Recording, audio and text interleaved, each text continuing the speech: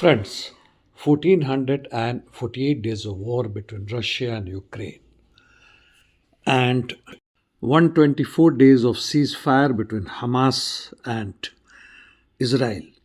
As far as this peace is concerned, the first meeting of so called Board of Peace will be held in USA under the leadership of Trump, and nothing else likely to happen except that how to occupy fully Gaza Strip and deport the Palestinians from there to Somaliland and elsewhere under the garb of peace and development of Gaza Strip.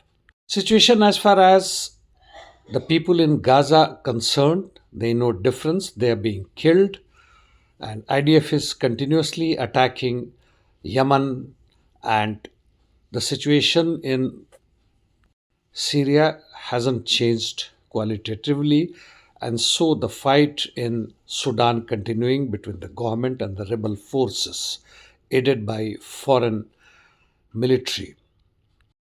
Coming to the ground situation between Russia and Ukraine's war in South Zaporizhia region, the fierce battle continues in Kamenskoye front, while in Huliaipol, Ukrainians carried out several counterattacks on the outskirts of Ternovet or Ternovoy.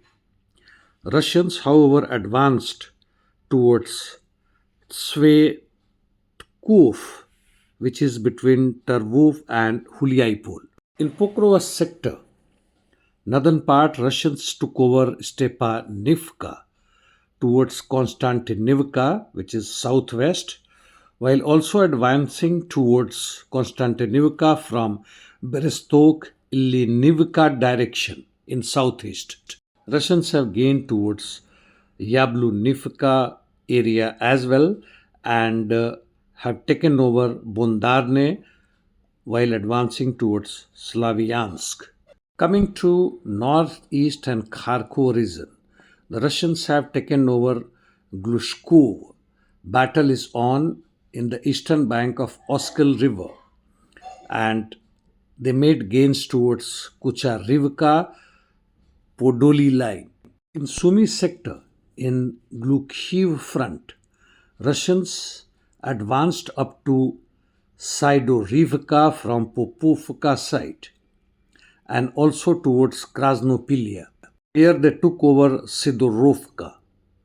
I briefed in short, and as far as interdiction missions are concerned, Russians are continuing massive attack, raids on the front line as well as deep inside Ukraine, that includes from Dnipropetrovsk to Vasilikiv airfield near Kiev with missiles, and Ukrainians UAVs hit targets in Kursk, Bryansk regions. Trump, in the meantime, has signed more economic restrictions on Russia, even related to the third country. And in the meantime, on his social media, he has shown a map where Venezuela, Greenland, and Canada as part of USA.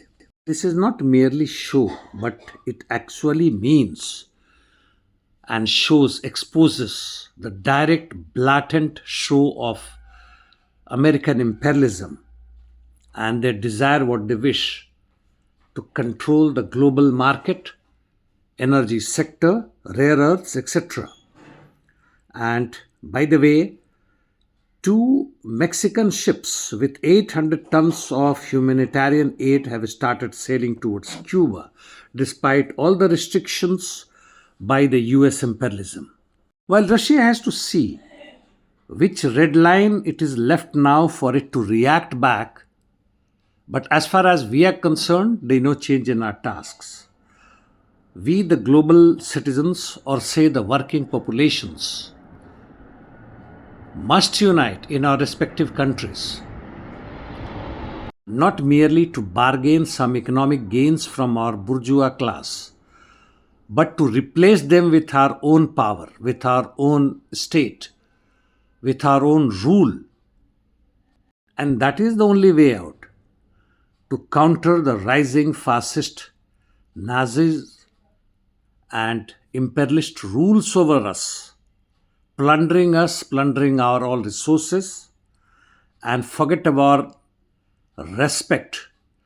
Even living has become scarce, difficult, and endangered. In fact, we are becoming endangered species, especially those who try to resist in bits and pieces in corners of some part of the world. And that's all for the day, friends. See you after 2 days. Thank